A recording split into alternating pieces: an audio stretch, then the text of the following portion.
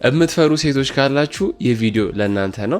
ፍርሃታችሁን ለማስወገድ አዲስ የምንጀምረው ቻሌንጅ አለ። #ዝግጁ ነኝ የሚል ቻሌንጅ። ይህንን ቻሌንጅ በዚህ ሳምንት እንጀምረዋለን። በ30 ቀን ውስጥ ፍርሃታችሁን እንድታስወጡት አግዛችኋለሁ ማለት ነው። አሁን የምነግራችሁን 2 ቤዚክ ቲፖች መተግበራችሁን አትርሱ።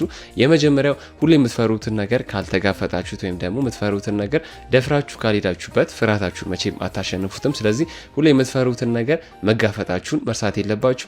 ሁለተኛው የሚሆነው ደግሞ ሁሌ የምትፈሩትን ነገር ለመጋፈጥ ስትሄዱ ሁሌ መውደቅ ሊኖር ይችላል፣ እንዲሁም ደግሞ ሼም ሊኖር ይችላል፣ እንዲሁም ደግሞ ሁሌ ኦኬ በደንብ አልሰራሁትም ማለት ሊኖር ይችላል። ማሰብ ያለባችሁ ነገር ምንድነው? ሁሌ ስትወለዱ በዳዴ ሄዳችሁ ነው አይደለ በእግር መራመድ የምትጀምሩ። ስለዚህ ኤቭሪቲንግ ስቴፕ በስቴፕም ደግሞ ብሪክ ባይ ብሪክ ነው እንጂ ቀጥታ ወደ ላይ የሚወጣ ነገር የለም ማለት ነው። ስለዚህ ስተገብሩት ብዙ አይነት መሰናከል ስለሚያጋጥማችሁ ያንን መሰናከል ስታልፉት ነው ትልቅ ሰው የምትሆኑት ማለት ነው። ይህ ቪዲዮ ከተመቻችሁ አካውንቴን ፎሎ ማድረጋችሁን አትርሱ።